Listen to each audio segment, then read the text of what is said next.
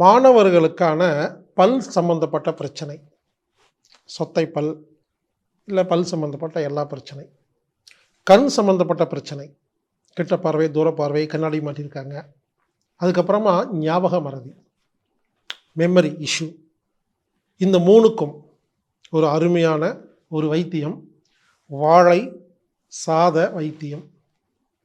ஆமாங்க, அதாவதுங்க இப்போ மாணவர்கள்லாம் பார்த்தீங்கன்னா பல பேருக்கு சிறு வயதிலேயே பல்லில் பிரச்சனை வருது.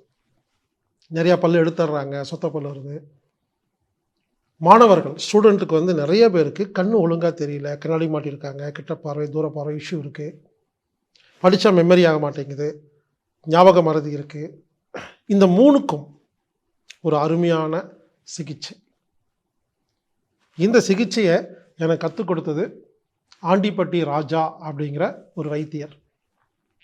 அது எப்படிங்கிறத பெற்றோர்கள் நீங்கள் நோட் பண்ணிவிட்டு அவங்களுக்கு செய்யுங்க, மூணுமே சரியாயிடும். அதாவதுங்க, வழக்கமாக இந்த மாணவர்கள் ஸ்டூடெண்ட் எல்லாம் வீட்டிலேருந்து சாப்பாடு கொண்டு போகிறாங்க இல்லையா, லஞ்ச், மதிய உணவு. அப்போ என்ன பண்ணுறீங்க, டிஃபன் பாக்ஸில் நீங்கள் சாதம் போட்டு கொடுக்குறீங்க. இனிமேல் நல்லா கவனிங்க, நீங்கள் என்ன பண்ணணுன்னா சுட சுட சாதம் செய்கிறீங்கல்ல, அதை டிஃபன் பாக்ஸில் டைரெக்டாக போடாமல் ஒரு வாழை இலை, பனானா லீஃப் வாங்கிட்டு வந்து அந்த சுற்றிலி அந்த காம்பெல்லாம் கட் பண்ணி வெறும் இலை மட்டும். இப்போ பெரிய பெரிய ஹோட்டலில் போனீங்கன்னா முதல்ல எல்லாம் வந்து இலை போடுவாங்க. இப்போ என்ன பண்ணுறாங்க, அதை கட் பண்ணி வட்டமாக கட் பண்ணி தட்டு சைஸ்க்கு கரெக்டாக வைக்கிறாங்க இல்லைங்களா. அந்த மாதிரி நீங்கள் என்ன பண்ணுங்கன்னா வாழை இலை வாங்கிட்டு வந்து அதை வந்து நீங்கள் அந்த காம்பெல்லாம் எடுத்துட்டு அதை டிஃபன் பாக்ஸ்குள்ளே வைங்க. வச்சுட்டு அதில் சுட சுட மிளகு வேணுங்க, ஆறுன சாதம் போடக்கூடாது.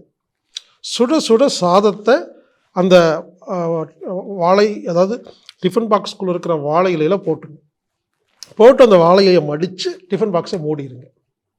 இப்போ என்ன ஆகும், காலையில் 7 மணிக்கு டிஃபன் பாக்ஸ் போடுறீங்களா, ஒரு 7 மணி 8 மணிக்கு, மதியம் எத்தனை மணிக்கு சாப்பிட்றாங்க, 12 மணி 1 மணி, ஒரு 5 மணி நேரம் சுட சுட சாதம் வாழை இலைக்குள்ளே மூடி இருந்துன்னு வச்சுக்கோங்களேன், வாழை இலையில் இருக்கிற எல்லா சத்தும் சாதத்துக்கு வந்துடுது. அப்போது அவங்களுக்கு அந்த சத்து கிடைக்குது. ஆமாங்க,